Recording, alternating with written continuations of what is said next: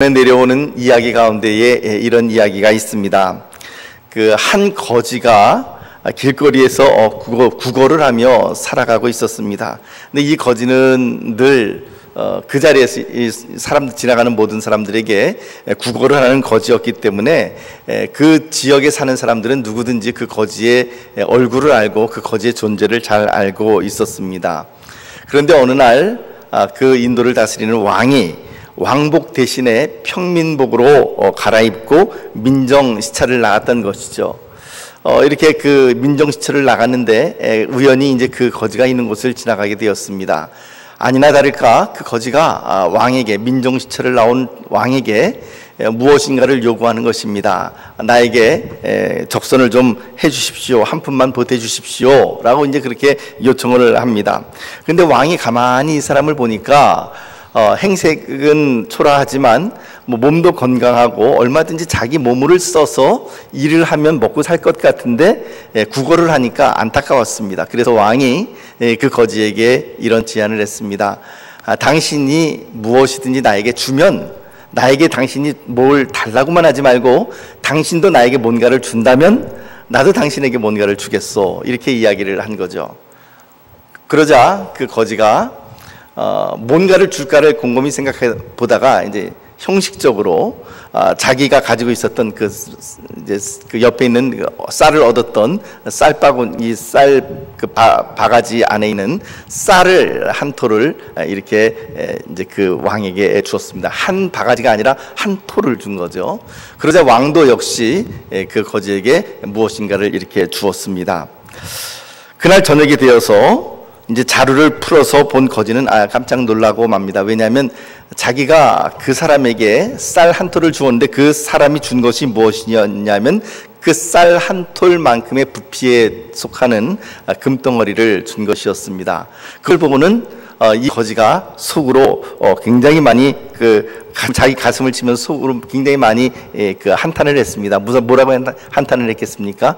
이럴 줄 알았더라면 이 쌀바구니에 있는 거 몽땅 다 주고, 그리고 내가 가진 거 모든 거 다 주고, 그러면 그만큼의 금을 내가 얻었을 터인데, 이런 한탄을 하게 된 것이죠.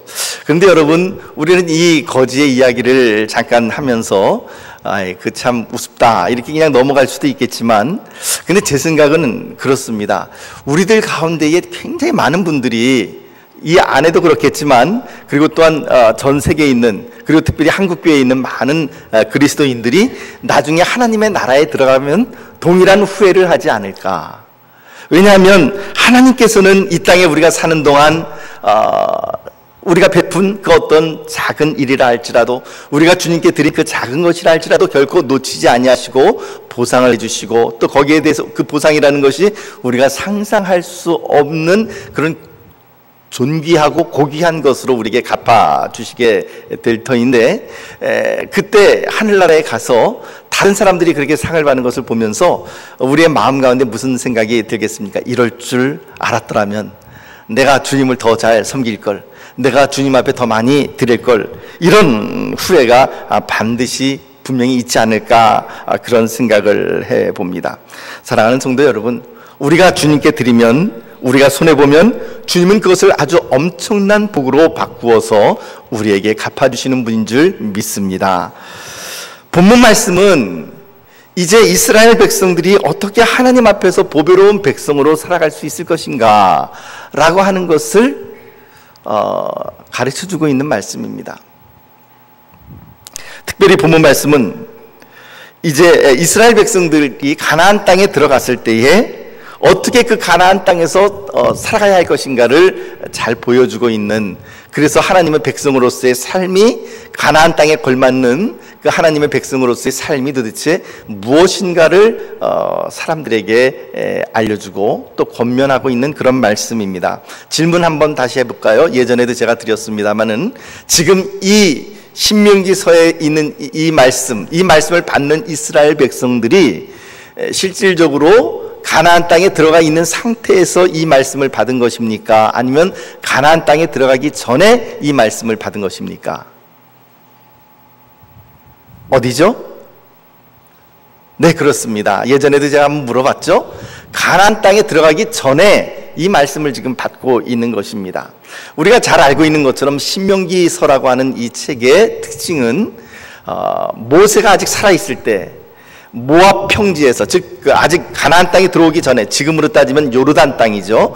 요르단에 있는 모압 평지에 있는 곳에서 모든 이스라엘 백성들을 다 모아놓고 하나님께서 어떻게 그들을 출애굽을 시켜주셨는지, 어떻게 광야 40년 동안의 삶이 그들에게 시작되었는지, 광야 40년 동안 어떻게 하나님께서 그들을 인도하여 주셨는지, 그 모든 것들을 회고하는 회고록이자, 또한 이제 이스라엘 백성들이 훗날 가나안 땅에 들어가면 어떻게 가나안 땅에 걸맞는 하나님의 백성으로 살아갈 것인지를 권면하고 보여주는 책이 바로 이 신명기서 말씀입니다. 그러므로 아직까지 이 말씀을 받을 때의 이스라엘 백성들은 아직 가나안 땅에 들어가지 않은 상태예요. 그런데 광야, 말이 좋아서 광야 40년 생활이지, 광야 40년 세월이라고 하는 것은 참 이스라엘 백성들에게는 험악하고, 그리고 또 때로는 너무나도 지루하고, 그리고 하루속히 좀 끝났으면 하는 어떤 그런 그 시간이 바로 이 광야 40년 동안의 삶이었음에 분명합니다. 여러분, 광야에서 40년을 산다 그러니까는 어떤 분들은 밤에는 모닥불 피워놓고 캠프파이어하고 뭐 이렇게 아주 낭만적으로 생각을 하십니다만, 물론 그런 밤에는 광야 특유의 어떤 그런 낭만이 있습니다. 로맨스가 있지만, 그러나 로맨틱한 그런 분위기가 있지만, 그러나 낮 시간에 계속 걸어야 하고, 밤이든 낮이든 하나님의 구름기둥과 불기둥이 인도하는 대로 척박한 땅을 가야만 하는, 물이 없고 양식이 없는 그런 땅을 걸어야 된다는 것은 참으로 괴로운 일이 아닐 수 없습니다. 그래서 광야 40년 길을 걸어오는 동안 이스라엘 백성들의 마음 가운데는 단 한 구절이 계속 머릿속에 떠올랐을 거예요. 그 구절이 무엇이겠습니까? 이제 우리가 가나안 땅에 들어가기만 하면. 흡사 초, 중고등학생들이 대학을 준비하기 위해서 굉장히 열심히 공부를 합니다. 그때의 학생들이 스스로 다짐하는 것도 있을 것이고, 또 부모님이 그렇게 말씀하시는 경우도 있을 거예요. 이제 네가 대학에 들어가기만 하면 그 다음에는 모든 걸 다 네 마음대로 할 수 있어. 영화 보고 싶은 거 너 대학 들어가면 얼마든지 영화 볼 수 있으니까 지금은 아직은 공부를 해야 되겠지. 데이트하는 거, 야, 대학 들어가게 되면 쌓이고 쌓인 게 남자고 쌓이고 쌓인 게 여자니까 그때 가서 데이트를 하더라도 충분하니까 지금은 중고등학교 때는 일단은 공부하는 데 신경을 써. 이것이 이제 부모님들이 자녀들에게 이렇게 권면하는 말입니다. 그래서 이제 소연이도 저기 있지만, 아마 학생 시절 때, 고등학교 학생 시절 때 가장 많이 들은 단어가 대학에 들어가면 이라고 하는, 아마 그런 단어 많이 들었을 거라고 생각을 합니다. 그렇죠. 대학만 들어가면 이라고 하는 말을 하는 것처럼 이 이스라엘 백성들의 입에서 떠나지 않는 것이 바로 무엇이냐면, 가나안 땅에 들어가기만 하면 이제 그때는 정말 우리에게 고생 끝 행복 시작이야 라고 그렇게 말을 계속해서 해왔던 것이죠. 그러나 오늘 본문 말씀은 우리들에게 그렇게 이야기를 하고 있지 않습니다. 가나안 땅에 들어가면 그것으로 끝이 아니라 가나안 땅에 들어가면 이제부터 새로운 시작이라고 하는 사실을 이스라엘 백성들에게 알려주고 있는 것입니다. 지금도 비록 그들은 하나님 앞에 보배로운 백성들이지만, 그러나 가나안 땅에 들어가서 어떻게 살아야만 그 하나님의 보배로운 백성으로서의 삶을, 그 지위를 잃어버리지 아니하고 가나안 땅에서 복을 받으며 하나님의 성민으로서 그렇게 아름답게 살아갈 수 있을 것인가 라는 것을 계속해서 성경 말씀이 말을 해주고 있는 것입니다.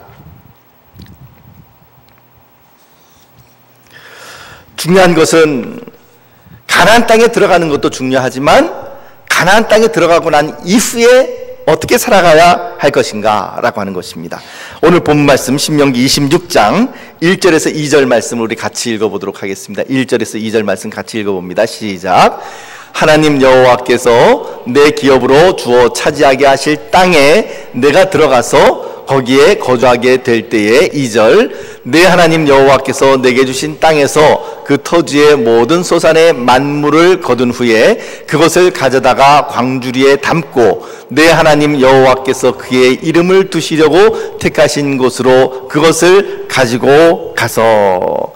가나안 땅은 이스라엘 백성들에게는 과연 약속의 땅입니다. 젖과 꿀이 흐르는 축복의 땅입니다. 그러나 이스라엘 백성들에게 있어서 가나안 땅에 들어가는 것, 그것으로 지금 이스라엘 백성들은 목표를 삼고 40년 동안 오매불망 그 세월을 기다려왔지만, 그러나 단순히 가나안 땅에 들어가는 것으로 끝나는 것이 아니라 오늘 신명기 26장 1절에서 2절 말씀을 보면 그 땅에 들어가서 거기에서 얻게 될 풍성한 곡식을 어떻게 처리해야 될 것인지, 거기에서 얻게 될 자유를 어떻게 사용해야 될 것인지, 그런 것들에 대하여서 이스라엘 백성들에게 권면하고 있는 것입니다. 하나님께서는 이스라엘 백성들이 가나안 땅에 들어갔을 때 농사를 지은 것 중에서 처음 거둔 열매는 하나도 자기를 위해 먹거나 사용해서는 안 되고 모두 하나님께 바칠 것을 그렇게 명령하여 주셨습니다. 그것이야말로 이스라엘 백성들이 하나님 앞에서 진정으로 보배로운 백성이 되는 것이다 라고 그렇게 말씀을 해 주신 것이죠. 사실 오늘 우리가 읽은 26장 1절부터 11절 말씀은, 이것은 요즘식으로 따지면은 표준 예식서입니다.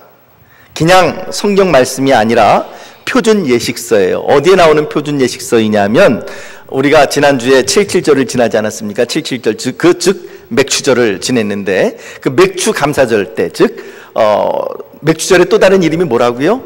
맥추절, 77절, 오순절, 또 마지막으로 곡식의 추수와 관련돼서 처음 익은 열매를 바친다 그래서 초실절, 처음 초자, 열매 실자, 초실절, 그렇게 부르게 되는 것이죠. 그래서 이 그 맥추절의 또 다른 이름은 히브리어로는 하카 비쿠림, 그렇게 이야기를 합니다. 비쿠르, 그렇게 하면 그 비쿠르라고 하는 단어를 사람에게 적용을 하게 되면 장자가 되는 것이고, 이 곡식에게 적용을 하게 되면 만물 첫 소산이 되는 것입니다. 근데 하나님은 뭐라고 말씀하시냐면, 내가 처음 추수한 그 처음 곡식, 그것을 하나님 앞에 드려야 된다라고 그렇게 말씀을 하고 있는 것입니다. 이 말의 의미는 무엇입니까? 처음 익은 열매를 하나님께 드린다라고 하는 그 의미는 도대체 무엇이겠습니까?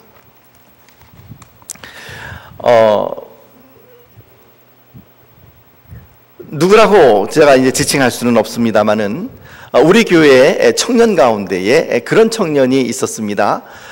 저에게 그 부모님과 함께 찾아와서 자기가 받은 이 사실 힘들게 번 그 첫 달 월급을 한 푼도 사용하지 않고 그것 그대로 하나님께 드리겠습니다라고 이렇게 가져온 그런 그 청년이 있었습니다. 근데 저는 그 청년의 그런 모습을 보면서 굉장히 그 모습이 참 아름다워 보였습니다. 왜냐하면 사실 여러분들께 솔직히 고백하면 제 자신도 그렇게 하지 못했거든요. 처음 사실 청년들이 처음 월급을 타게 되면 얼마나 돈 쓸 일이 많이 있습니까? 옛날 같으면 부모님 빨간 내복도 사드려야 되고요. 그동안 신세 졌던 내가 돈을 벌지 않는다 그래서 다른 친구들이 계속해서 나한테 밥 사줬던 친구들한테 한번 이제 첫 월급 탔다고 이렇게 소위 말해서 이제 한턱 쏴야 되는 그런 것도 있게 될 것이고, 그 다음에 또 여러 가지로 해야 될 일들이 참 많이 있습니다. 그래서 첫 월급 받으면 이거 가지고 도대체 어떻게 써야 될지 모를 정도로 이렇게 쩔쩔쩔쩔 매는 것이 첫 월급이죠. 그런데 그럼에도 불구하고 그 청년이 그것을 온전히 가지고 하나님 앞에 드렸습니다. 근데 저는 참 그런 모습을 보면서 하나님께서 이 청년을 참 축복해 주시겠구나라고 하는 그런 생각이 들었습니다. 여러분, 사실 성경에서 네가 받은 첫 월급을 하나님께 드려라 이런 말씀을 명령하고 있지는 않습니다. 그럼에도 불구하고 그것을 처음 자기가 받은 첫 월급을 하나님께 드렸다라고 하는 그 의미는 무엇이겠습니까? 제가 생각하기에는 이렇게 첫 소산을 드리는 것, 그것은 곧 무엇을 의미하느냐면, 하나님, 내가 번 이 소득, 그리고 내가 거둔 이 추수, 이것은 나의 것이 아니라 주님의 것입니다 라고 하는 것을 먼저 고백을 하는 것입니다. 하나님께서는요, 장자의 출애굽할 때 6월절에 유월절 어린 양의 피를 문설주와 임방에 바르지 않습니까? 그리고는 그 문설주와 임방의 어린 양의 피가 있는 그 집은 죽음의 천사가 유월하죠. 그러니까 말로 패싹하는 것입니다. 뛰어 넘어갑니다. 그래서 이제 그 유월절을 히브리어로는 패싹이라고도 이야기를 하고 우리는 유월절이라 이렇게 이야기를 하는데, 그러나 그 피가 없는 집은 어떻게 됩니까? 죽음의 천사가 그 집의 장자는 사람의 장자든지 혹은 짐승의 맏배이든지 간에 다 죽임을 당하는 그런 엄청난 일들이 애굽에서 있었습니다. 그러면서 하나님께서 이스라엘 백성들이든지 혹은 애굽인이든지 어린 양의 피를 문설주와 임방에 발라서 죽지 않게 된 그 맏아들을 뭐라고 말씀하시냐면 장자, 그래서 그 이후에 뭐라고 말씀하시냐면 장자는 다 내 것이다 라고 하나님께서 선포를 하십니다. 그래서 그 죽지 않은 그 장자들을 하나님께 드리지는 못하니까 속전을 이렇게 드리게 되는 것이죠. 그것이 바로 율법에 나타나 있는 그런 개념입니다. 달리 이야기하면 그 사건 이후에 하나님께서는 분명하게 선포하시는 것은 장자이든 혹은 곡식이든 짐승이든 그 맏배 첫 소사는 내 것이다 라고 하는 것을 하나님께서는 선포를 하고 있는 것입니다.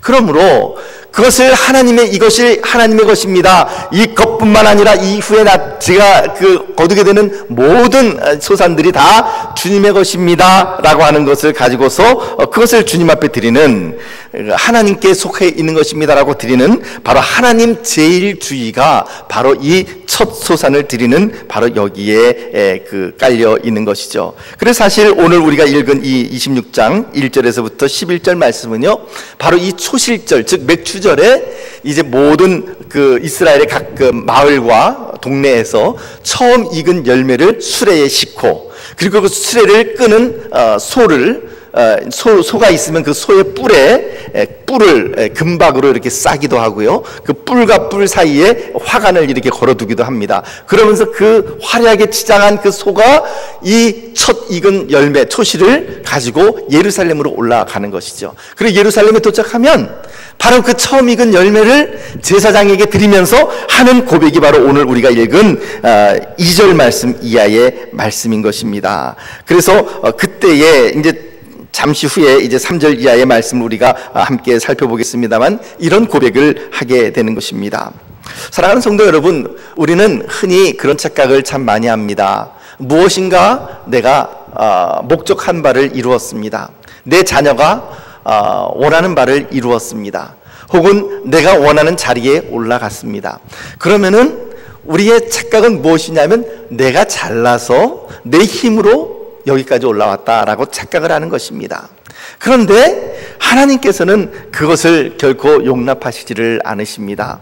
내가 잘나서 온 것이 아니라 바로 그렇게 올려주신 분이 누구냐면, 이 자리까지 오게 하신 분이 누구냐면 하나님이십니다 라고 하는 것을 고백을 하는 것입니다. 그것이 바로 이 첫 초실, 바로 이 첫 추수 열매를 하나님께 드리는 바로 이 예식에 들어가 있는 그런 내용인 것이죠. 이제 하나님의 백성들이 첫 열매를 모두 하나님께 가지고 와서 바칠 때에 하는 말, 3절 말씀 우리 같이 읽어보도록 합니다. 3절 말씀 시작. 그때에 제사장에게 나아가 그에게 이르기를 내가 오늘 당신의 하나님 여호와께 아뢰나이다. 내가 여호와께서 우리에게 주시겠다고 우리 조상들에게 맹세하신 땅에 이르렀나이다 할 것이요. 지금 사실 이제 아직 이스라엘 백성들은 가나안 땅에 들어오지 못했지만, 그러나 지금 이스라엘 백성들이 가나안 땅에 들어가서 처음 열매를 주님께 드리게 될 때는 뭐라고 고백을 하냐면, 우리 여호와께서 우리에게 주시겠다고 우리 조상들에게 맹세하신 땅에 이제 내가 이르렀나이다. 즉 그 약속이 성취되었나이다. 이것을 하나님 앞에 보고하게 되는 것입니다. 사랑하는 성도 여러분, 하나님 앞에 나와 보고하는 것 굉장히 중요합니다. 학생들이 시험에 합격하거나 혹은 어려운 논문이 통과돼서 어떤 학위를 받게 되거나, 청년들이 요즘같이 이제 그 취업이 참 어려운 때에 청년들이 취직하게 되었을 때 가장 먼저 해야 될 일은 무엇이냐면 하나님께 나와 겸손하게 무릎을 꿇고 하나님, 제가 이 자리에 이렇게 이르게 되었나이다, 이렇게 보고하는 것이 굉장히 중요합니다. 물론 부모님과도 기뻐해야 되겠고 친구들에게 한턱 쏘는 것도 중요하지만 무엇보다도 교회에 나와서 하나님 앞에 무릎을 꿇으며 하나님 앞에 보고하는 것 굉장히 중요한 것입니다. 왜냐하면 그런 고백이야말로 어떤 고백이냐면 하나님, 내 인생의 첫째는 바로 주님이십니다. 제 인생의 가장 첫 번째 자리는 다른 사람들이 아닌 저 자신도 아닌 바로 하나님 당신이십니다. 이것을 고백하는 것이 바로 이 보고에 들어가 있기 때문에 그렇습니다. 그러나 이런 삶의 방식은, 이런 보고를 드리는 것 자체도 사실은 우리가 생각하는 것만큼 그렇게 쉽지는 않습니다. 왜냐하면 꿈이 이루어지고 난 이후에, 내가 성공하고 난 이후에, 내가 무엇인가 합격하고 난 이후에, 그러면은 이미 그 자리에서 내가 모든 것을 다 누릴 수가 있고 얼마든지 돈을 벌어서 내 마음대로 쓸 수도 있고 명예를 얻을 수도 있는데 무엇 때문에 하나님께 첫 번째 자리를 드려야 하겠습니까? 그럴 필요가 없겠다라고 사람들이 생각을 하지만, 그러나 그것은 정말로 커다란 착각입니다. 진정한 하나님의 백성들은 성공한 자리에서 멈춰 서서 그 성공이야말로 하나님 당신의 것입니다 라고 그렇게 겸손하게 고백해야만 하고, 그것이 바로 하나님 앞에 아름다운 모습인 것이죠.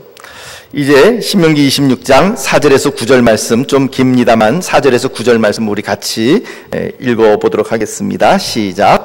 제사장은 내 손에서 그 광주리를 받아서 내 하나님 여호와의 제단 앞에 놓을 것이며, 너는 또 내 하나님 여호와 앞에 아뢰기를, 내 조상은 방랑하는 아람 사람으로서 애굽에 내려가 거기에서 소수로 거류하였더니 거기에서 크고 강하고 번성한 민족이 되었는데, 애굽 사람이 우리를 학대하며 우리를 괴롭히며 우리에게 중노동을 시킴으로 7절 우리가 우리 조상의 하나님 여호와께 부르짖었더니 여호와께서 우리의 음성을 들으시고 우리의 고통과 신고와 압제를 보시고 여호와께서 강한 손과 편팔과 큰 위엄과 이적과 기사로 우리를 애굽에서 인도하여 내시고 이곳으로 인도하사 이 땅 곧 젖과 꿀이 흐르는 땅을 주셨나이다.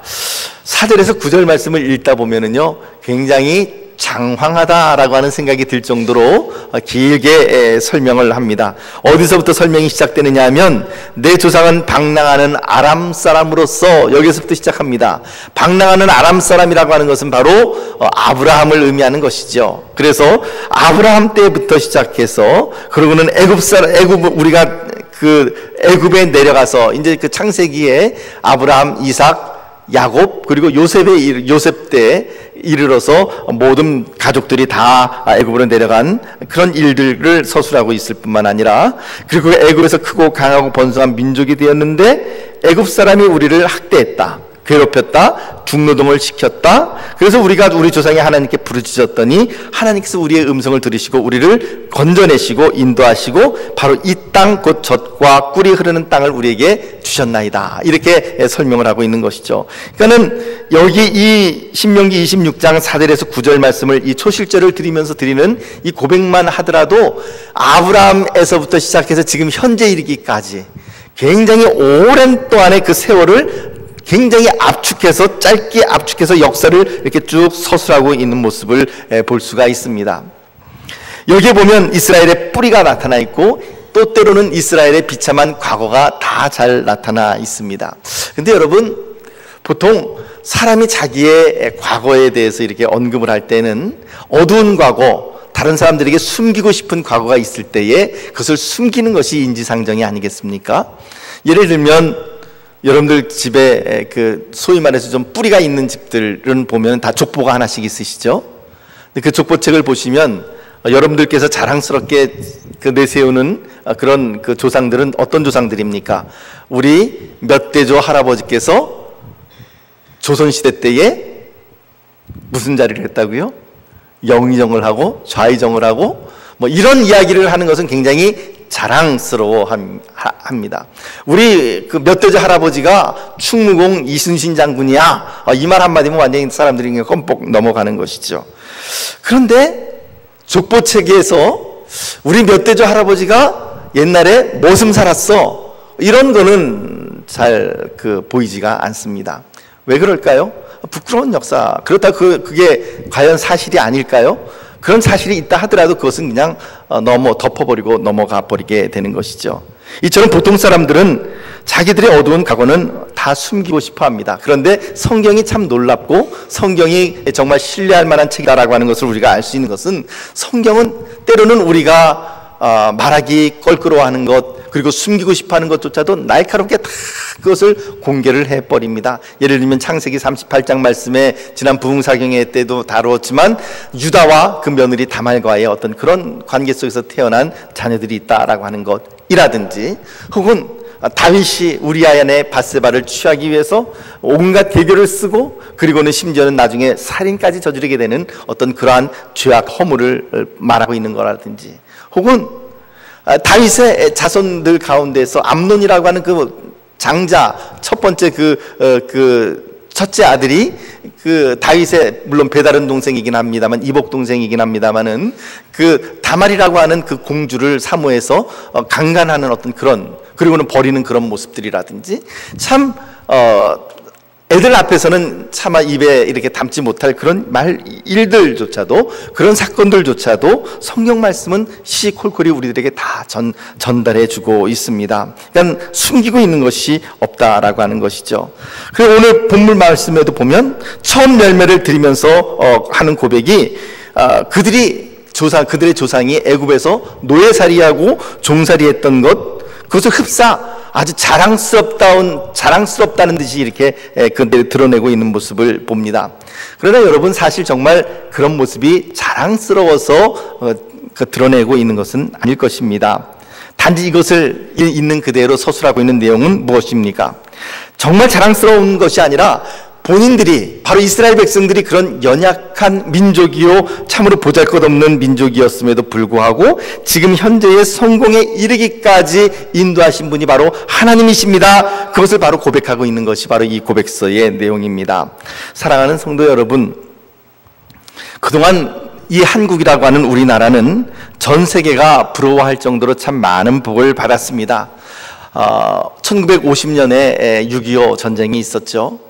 그리고 지금은 2016년입니다. 6.25 전쟁이 불과 66년 전에 이 땅에 있었습니다. 그때는 모든 것이 다 파괴가 되었습니다.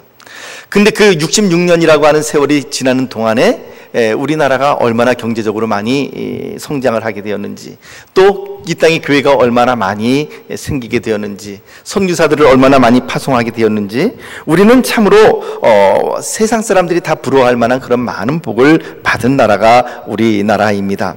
그럼에도 불구하고 요즘은 점점 사는 게 아주 힘든 나라로 변해가고 있습니다. 젊은이들 가운데 헬조선이라고 하는 그런 용어들도 나오게 되고요. 금수저, 은수저, 흑수저 이런 이야기들은 벌써 오래전에 나왔습니다. 이런 이야기들이 나오고 있는 이유는 무엇입니까? 말 그대로 한국 땅이, 이 땅이 정말 사람들이 살아가기에 너무나도 팍팍하고 힘든 세상, 없는 사람들이 무엇인가 성공하기에는 너무나도 힘이 든 어떤 그런 세상이 되어가고 있다라고 하는 것을 우리들에게 보여주고 있는 그런 단어들이 참 많이 나타납니다. 그런데 여러분, 그렇게 변한 이유가 도대체 무엇일까요? 하나님으로부터 그렇게 많은 복을 받았음에도 불구하고 정말 우리가 하나님 앞에 아무것도 가진 게 없었을 때, 6.25 전쟁 이후에 정말 모든 것이 다 폐허가 됐을 때 사람들의 마음이 참 너무나도 가난했습니다. 그래서 그때 사람들이 간 곳이 어디입니까? 교회가 아니었습니까? 교회 와서 하나님의 말씀을 듣고 하나님의 말씀 가운데서 그들의 삶을 건설해 나가고, 그렇게 하나님의 말씀을 사모하며 하나님의 교회에 찾아왔던 그 사람들의 발걸음 위에 하나님께서 놀라운 복을 부어주는데, 그런데 요즘 들어서 이렇게 점점 살기 힘들어져 가는 이유는 무엇일까요?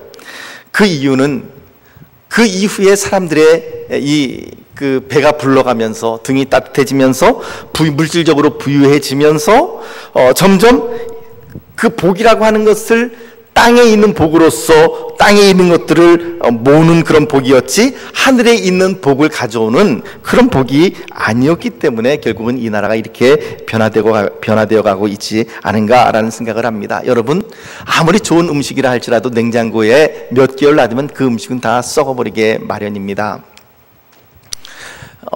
한 달 전인가요? 아무튼 그 집사람이, 제가 제 목양실에 조그만 그 냉장고가 있는데 그 수박을 이렇게 좀 썰어서 저에게 이제 드시라고 이렇게 줬습니다. 먹고 그리고는 수박이 한 5-6조각이 남았는데 그건 나중에 먹어야 되겠다. 그렇게 하고서는 비닐봉지로 이렇게 잘 덮어서 냉장고 안에 이렇게 넣어놨습니다. 그런데 냉장고 안에 넣어둔 것을 저는 까맣게 잊어버리고 있었죠. 어제 이렇게 냉장고 문을 이렇게 잠깐 열었더니 벼랑간 냄새가 나는 거예요. 이게 무슨 냄새인가 싶었습니다. 그 수박을 눈에 보이는 곳에 둔 것이 아니라 저쪽 냉장고 안에 좀 깊숙한 곳에 넣어뒀는데 세상에 그것을 한 달 이상 먹질 않고 그냥 그대로 놔뒀더니 그 안에서 썩는 물이 나오고, 그리고 그 수박 자체가 물컹물컹해지는 거, 여러분 그거 아시나요? 물컹물컹해진 수박, 그렇게 됐더라고요. 그래서 그것을 조심스럽게 꺼내서 세가족 부실에서 이제 그 물을 버리고 그 수박을 처리를 먹지는 않고 버렸습니다만은, 여러분 그런 거 아니겠습니까? 아무리 맛있는 수박이라 할지라도, 아무리 좋은 냉장고에 오래 보관하는 냉장고에 보관한다 할지라도 잠시 더 보관할 수는 있을지언정 한 달, 2달, 3달, 4달이 가면 그 어떤 음식이든지 다 썩어서 버릴 수밖에 없는 것이죠. 우리가 받는 복이라고 하는 것이 바로 그런 것입니다. 세상의 복이라고 하는 것은요, 아무리 우리가 그것을 많이 잘 모으고 냉장고 안에 보관한다 할지라도 그 복은 결국은 썩게 되어 있는 복입니다. 세상의 복이라고 하는 것은, 이 땅에서의 복이라고 하는 것은 그런 것들입니다. 그러나 진정 하늘에 있는 복은 결코 썩지 않는 것이죠. 그 하늘에 있는 복이야말로 근본적인 복이요, 영원히 부패하지 않고 빼앗기지 않는 복이라고 하는 사실을 하나님은 우리들에게 말씀해 주십니다. 그래서 결국 오늘 이 본문 말씀을 통해서 우리들에게 하나님께서 말씀하시고자 하는 것이 무엇입니까? 너희들이 이 땅에 살아가는 동안 눈에 보이는 복, 세상의 복, 그것만을 너희가 추구하면서 살아가서는 결코 안 된다. 너희들이 추구해야 될 복은 눈에 보이는 복이 아니라 바로 하나님을 사모하고 하나님을 통하여 받는 말씀의 복이고, 하나님을 제일 주의로 삼아가는 하나님 우선의 그런 복이야말로 참된 복이다라는 것을 오늘 본문 말씀이 우리들에게 보여주는 것이 아니겠습니까? 그래서 예수님은 우리들에게 그렇게 가르쳐 주십니다. 너희는 이 땅에 보물을 쌓지 말고 어디에 보물을 쌓으라고요? 하늘에 보물을 쌓으라 라고 말씀을 하십니다. 신명기 26장 16절에서 17절 말씀 우리 같이 읽어보도록 합니다. 16절에서 17절 말씀 시작. 오늘 내 하나님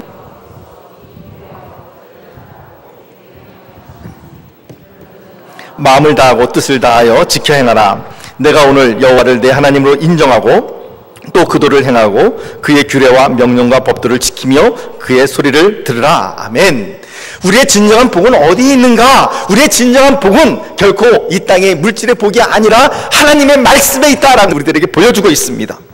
오늘 내 하나님 여호와께서 이 규례와 법도를, 즉 무슨 말입니까? 하나님의 말씀을 행하라고 내게 명령하시나니 너는 마음을 다하고 뜻을 다하여 지켜 행하라 라고 말을 합니다. 그 말씀이야말로 하나님의 말씀을 듣고 하나님의 말씀을 지켜 행하는 것이야말로 너희들의 참된 복이다 라는 것을 우리들에게 보여주시는 것이죠. 썩지 않는 복, 영원한 복이다 라고 하는 것을 우리들에게 보여줍니다. 여러분, 하나님의 말씀을 지키는 복, 하늘의 복은요, 어떻게 보면은 전혀 복인 것 같지 않습니다.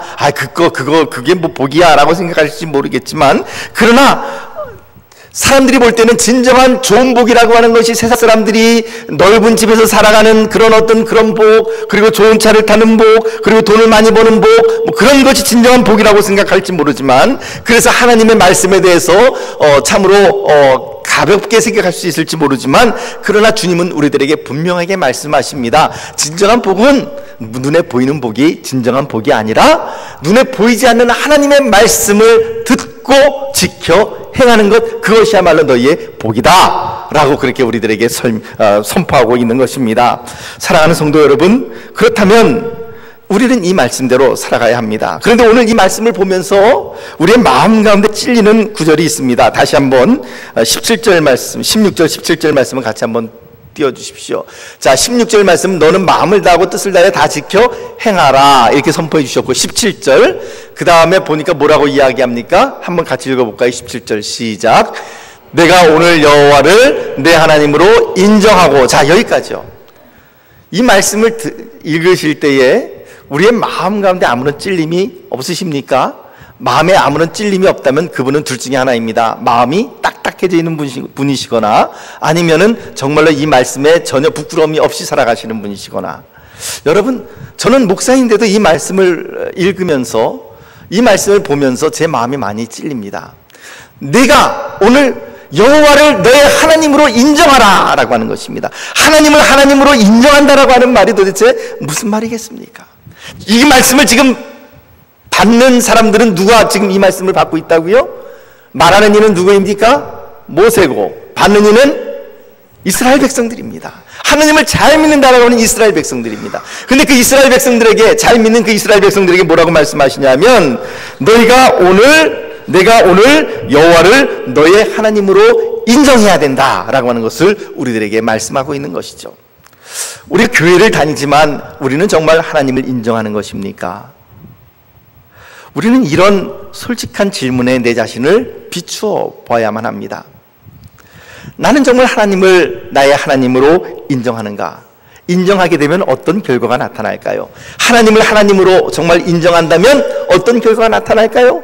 하나님께서 말씀하신 이 말씀대로 살아가려고, 이 말씀들은 물론 100% 다 행하며 살아가지는 못한다 할지라도 이 말씀대로 살아가려고 몸부림치는 모습이 우리의 모습 가운데 보여야 할 것이고, 이 말씀 가운데에서 우리들에게 말씀해 주신 대로 살아가지 못한다면 우리의 마음이 찔림을 받아서 하나님 앞에 그야말로 회개하며 울며 나와야 할 것이죠. 그런데 여러분, 하나님을 하나님으로 인정한다라는 것은 그러므로 하나님을 하나님 되게 하는 것, 그리고 하나님께서 말씀하신 그대로 그것을 지켜 행하는 것을 우리들에게 보여주고 있는 것인데, 과연 그 말씀대로 우리가 살아가고 있는가? 그것을 우리가 마음속에 한번 솔직하게 고백을 해야만 할 것입니다. 이 하나님 말씀에 의하면 우리에게 다른 복이라는 것은 있을 수가 없습니다. 넓은 집에서 사는 복, 그리고 넓은 땅덩어리를 경작하면서 거기에서 많은 추수를 하는 복, 그것이 진정한 복이 아니라 바로 하나님의 말씀대로 살아가는 복, 그것이야말로 참된 복인 것을 고백하고, 네 모든 것이 다 하나님의 것임을 고백하며 하나님께서 주인 되신 것을 선포하며 나가는 것, 그것이 바로 참된 복이며, 세상적인 방법을 절대 따라하지 않기로 결정하는 것, 그것이 바로 하나님의 복인 것을 우리들에게 보여줍니다. 사랑하는 성도 여러분, 하나님께서는 우리 모두에게 이런 가나안의 복을 주셨습니다. 지난 반세기 이상 66년 동안의 삶, 6.25 전쟁 이후에 66년 동안의 이 삶 동안에 하나님께서 우리들에게 놀라운 축복을 물질적으로 영적으로 부어주셨습니다. 그런데 지금 현재 우리의 모습은 어떻습니까? 우리가 가진 당연히 하나님께 드려야 될 그 첫 열매를 하나님께 드리는 것이 아까워서 우리가 다 따먹어버리고 그리고 세상 사람들이 사는 것과 똑같은 땅으로 그렇게 우리가 만들어버리지는 않았습니까? 이 땅을 음란한 가나안의 땅으로 만들어버리지는 않았을까요? 사랑하는 성도 여러분, 아직 시간이 늦지는 않았습니다. 우리가 정치인들을 욕하든지 혹은 누구를 욕하든지 욕하기 이전에 바로 내가 문제의 근원이라고 하는 사실을 주님 앞에 고백하며 나가기를 원합니다. 사랑하는 성도 여러분, 다른 사람을 돌아보는 것이 아니라 어쩔 수 없잖아요. 다른 사람은 그 사람이 자기 자신이 하나님 앞에 돌이키지 않으면 어떻게 하겠어요? 그 사람까지는 내가 어떻게 할 수 없습니다. 그러나 내가 할 수 있는 것이 있죠. 바로 내 자신을 하나님 앞에 쳐서 굴복시키는 것, 그리고 내 자신을 하나님 앞에 이와 같이 살아가는 것, 그것만큼은 내가 행할 수가 있는 것입니다. 사랑하는 성도 여러분, 이제 모든 것을 하나님 중심으로 살아가기를 소원합니다. 대단히 송구스럽지만 한번 솔직하게 이런 질문을 한번 해보죠. 불편한 진실이긴 합니다만은 이 불편한 질문을 한번 해봅니다. 저도 그렇고 우리 지금 어르신들도 그렇고 또 여기 더 젊은이들도 있고, 그런데 우리에게 남아있는 날수는 어느 정도 남아있을까요? 얼마나 우리가 이 땅에서 남아있을 수 있을 거라고 생각을 하십니까?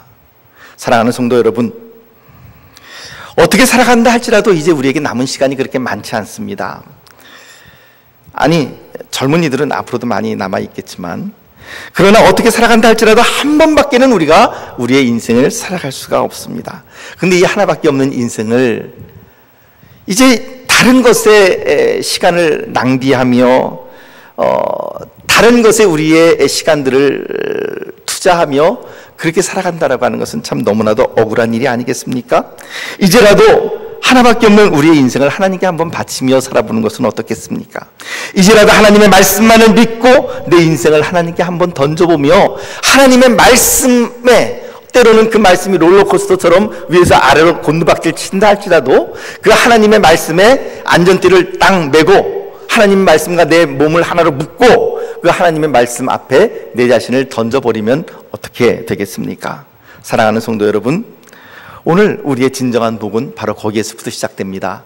하나님의 말씀에 나의 삶을 붙들어 매는 것, 하나님의 말씀 앞에 내 삶을 일치시켜 나가는 것, 그것이야말로 참된 복이요, 그것이야말로 하나님께서 오늘 우리들에게 부어주시는 놀라운 주의 은혜가 아니겠습니까? 사랑하는 성도 여러분, 오늘 이 신명기 26장 말씀은 그것을 우리들에게 보여줍니다. 토지에 처음 익은 소산, 첫 만물, 첫 추수를 하나님 앞에 드리며 뭐라고 고백을 하냐면, 그들의 모든 부끄러운 과거가 있음에도 불구하고 하나님, 우리가 이제 이 자리까지 이르렀습니다. 그리고 오늘 우리가 함께 다루지는 못했지만 드린 그 곡식을 가지고 떡해 먹고 잔치하는 것이 아니라 과부와 고아와 그리고 객과 나그네와 이런 어려운 처지에 있는 도와야 될 사람들에게 그 하나님께 드렸던 그 물질과 11조를 드리며 나갔던 것을 우리가 바라봅니다. 사랑하는 성도 여러분, 오늘 이제 우리 평택제일교회, 우리 교회의 앞으로의 방향은 반드시 그렇게 나아갑시다. 우리는 절대로 무엇인가 남겨서 이득 볼 생각하지 맙시다. 그것은 교회가 할 일이 아닙니다. 교회가 할 일은요, 손해보는 일입니다. 여러분, 그 손해보는 일을 할 때에 하나님께서 저와 여러분들에게, 또 여러분들의 자녀에게 그 못지않은 놀라운 복을 부어주실 줄 저는 분명히 확신합니다. 그렇게 흘려보냅시다. 그렇게 손해봅시다. 그렇게 십자가의 길을 걸어갑시다. 그것이 바로, 그렇게 이것이 나의 것이 아니라 하나님의 것입니다 고백을 하며 나갑시다. 그것이 바로 참된 복일 줄 믿습니다. 물론 여러 가지로 다른 일들을 많이, 다른 말들을 많이 할 수 있겠지만, 오늘 본문 말씀에 근거해서 우리는 우리의 모든 소유가, 우리의 모든 것이 주님의 것임을 고백하며 주님께 나아가는, 하나님의 말씀을 지켜나가는 것이야말로 우리의 참된 복이 된다라고 하는 사실을 기억하며 나가시는 저와 여러분들이 되시기를 예수님의 이름으로 축복합니다. 우리 옆에 있는 분들과 함께 그렇게 한번 인사 한번 나눠봅시다. 얼굴을 보시면서 마음의 진심을 담고 이렇게 한번 인사를 해봅시다. 우리 손해보며 삽시다. 정말 그렇게 사십시오. 손해보며 사는 것이, 그것이 참된 복이 될 줄 믿습니다. 우리 함께 기도하겠습니다. 하나님 아버지, 하나님 중심의 삶을 우리가 살아가게 하여 주옵소서. 말씀 중심의 삶을 살아가게 하여 주옵소서. 말씀이 바로 우리의 삶의 진정한 복인 것을 깨달아 알게 하여 주시옵소서. 하나님, 이득 보지 않게 하시고 무엇인가 교회 생활하면서 내가 남길 생각하는 것이 아니라 오히려 흘려보내게 하시고 손해보는 삶, 그러한 삶을 우리들이 살아가게 하시고 그러한 평택제일교회가 되게 하여 주시옵소서. 예수님 이름으로 간절히 기도하옵나이다. 아멘.